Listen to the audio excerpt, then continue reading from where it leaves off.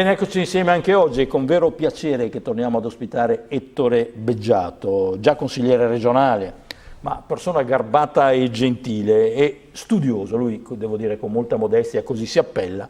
In realtà potremmo quasi definirlo uno storico del Veneto. In particolare il motivo della sua presenza è legato a questo libro, il più recente che ha scritto, in cui racconta un episodio di cui nelle note introduttive si dice pochi sanno, e in effetti pochi sanno.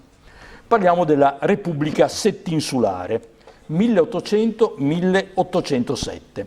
La casa editrice, la editrice veneta, e il libro gode della presentazione di Ulderico Bernardi, noto sociologo. Raccontiamo che cos'è questa Repubblica Settinsulare che visse appunto all'inizio del XIX secolo.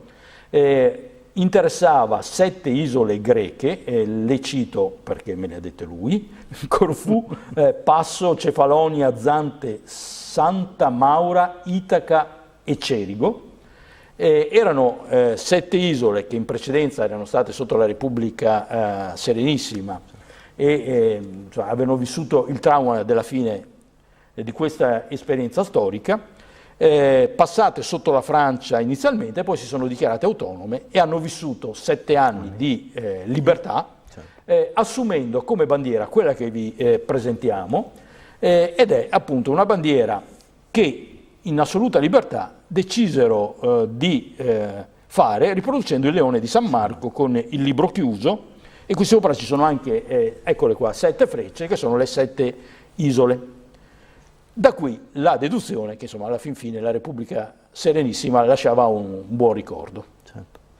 Sì, partiamo da qua. È una storia particolare che mi ha così coinvolto casualmente, come succede spesso, nel senso che ho trovato una moneta con la riproduzione di questo simbolo, e da lì ho incominciato un po' a studiare questa situazione, scoprendo questa Repubblica che ha avuto vita breve in qualche modo, appena 7 anni, che però 3 anni dopo la caduta della Repubblica Veneta nel 1797 ripropone praticamente pari pari la stessa bandiera con il leone alato, che è il simbolo secolare dei Veneti e della Serenissima Repubblica Veneta, e riproponendo anche parte della Costituzione, usi, costumi, eccetera. Quindi un tentativo di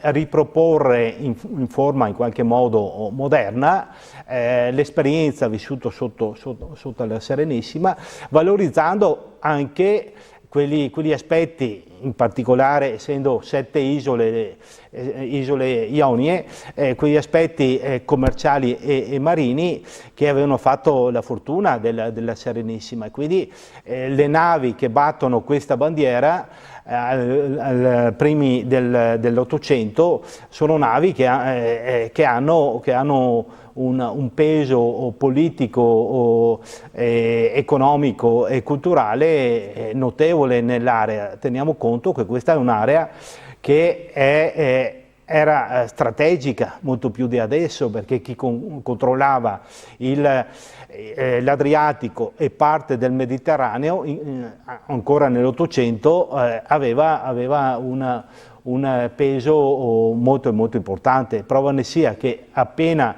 si chiude l'esperienza della Repubblica Settinsulare, praticamente parte il protettorato inglese. Ed è interessante, il protettorato inglese parte nel 1815, che ancora una volta, questa è la bandiera che ho trovato, non so se riesce a inquadrare più da vicino, però c'è la classica bandiera con lo sfondo azzurro, blu diciamo, l'Union Jack in alto a destra, e in basso c'è ancora il leone di San Marco. Questa dura fino al 1864, quindi il leone di San Marco sventola nelle 7 isole fino al 1864. E questa è una testimonianza, credo, assolutamente importante e singolare, se ci pensiamo. Ecco, ma tra il serio e il faceto, la bandiera con l'Union Jack l'ha rintracciata in internet. Sì. questa bandiera anche, anche ma a chi la vendono la bandiera di una repubblica di cui solo gli storici sanno l'esistenza? Ma teniamo presente che io nell'estate scorsa sono andato a Corfù anche per capire un po' il contesto. Tutto. A Corfù e nelle 7 isole c'è ancora il ricordo molto ben presente, voglio dire, il simbolo della squadra di calcio locale è questa, ma non solo il simbolo della squadra, io lo ripropongo anche nel mio libro, ma addirittura il simbolo della Camera di Commercio di Corfù è rappresentato dal leone con le 7 frecce, e quindi è comunque un simbolo, una bandiera che continua ad essere presente nella vita, soprattutto a Corfù, ma anche nelle altre 6 isole e anche evidentemente qualcuno nel Veneto. Torniamo alla storia, perché ho definito il terrebeggiato persona gentile, però la storia non è gentile generalmente, e allora mi chiede com'è che si sono proclamati indipendenti e perché è poi finita questa esperienza? Si sono proclamati indipendenti. C'è stata una rivolta?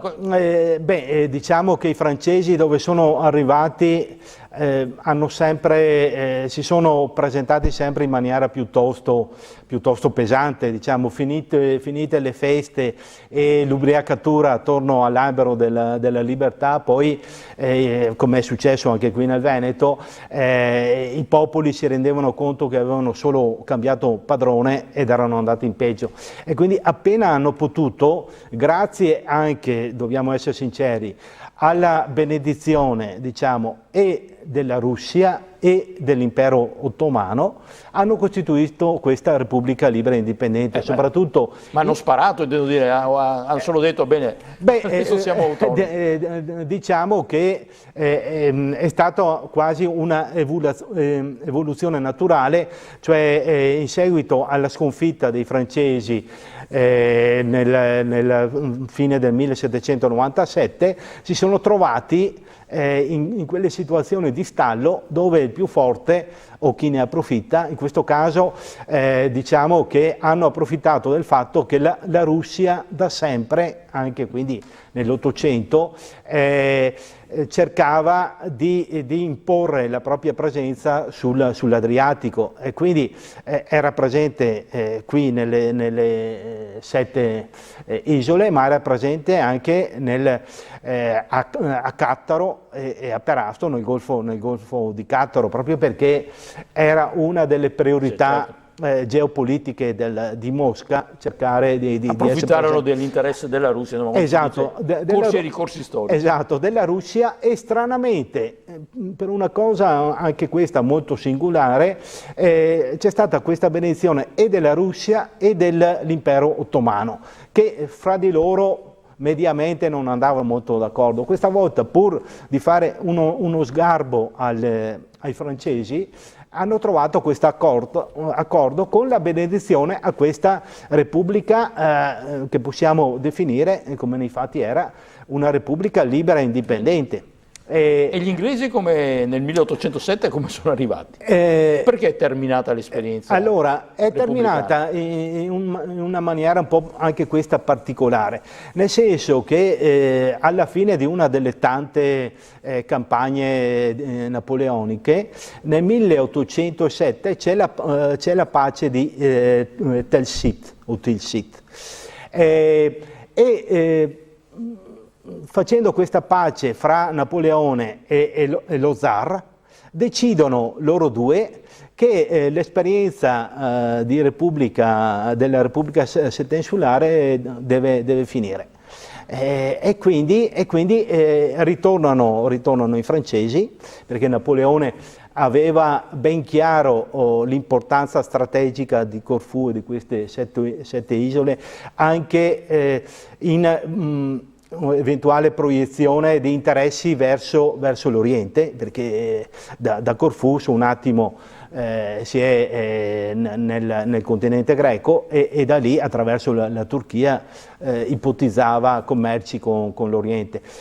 Rimangono fino al 1815 i francesi. Nel 1815 c'è il famoso congresso di Vienna che non stabilisce però a chi assegnare le 7 isole. Alla fine del congresso di Vienna viene deciso, e qui nasce per la prima volta il concetto di protettorato, di assegnare le 7 isole come protettorato inglese. E quindi nascono gli Stati Uniti delle isole Ionie con questa bandiera. E questa, ma il tutto in maniera incruenta. Relativamente incruenta, diciamo, perché anche qui le guerre fra Napoleone e i russi si sono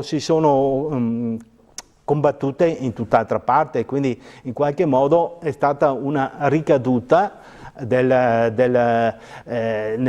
1807, così pure nel 1815, dopo Waterloo, è anche questa una ricaduta, diciamo, che porta gli inglesi nelle 7 isole, e rimangono però fino al 1864. Grazie ad Ettore Beggiato, insomma, che definirlo studioso credo sia limitativo.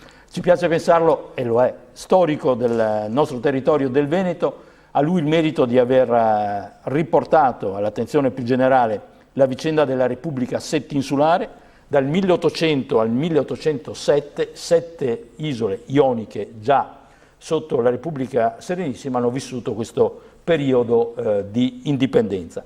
La lezione che ne traggo è che devono avere una gran pazienza questi abitanti, perché insomma in quegli anni ne hanno passate. Sì. Grazie a voi, alla prossima. Grazie a voi.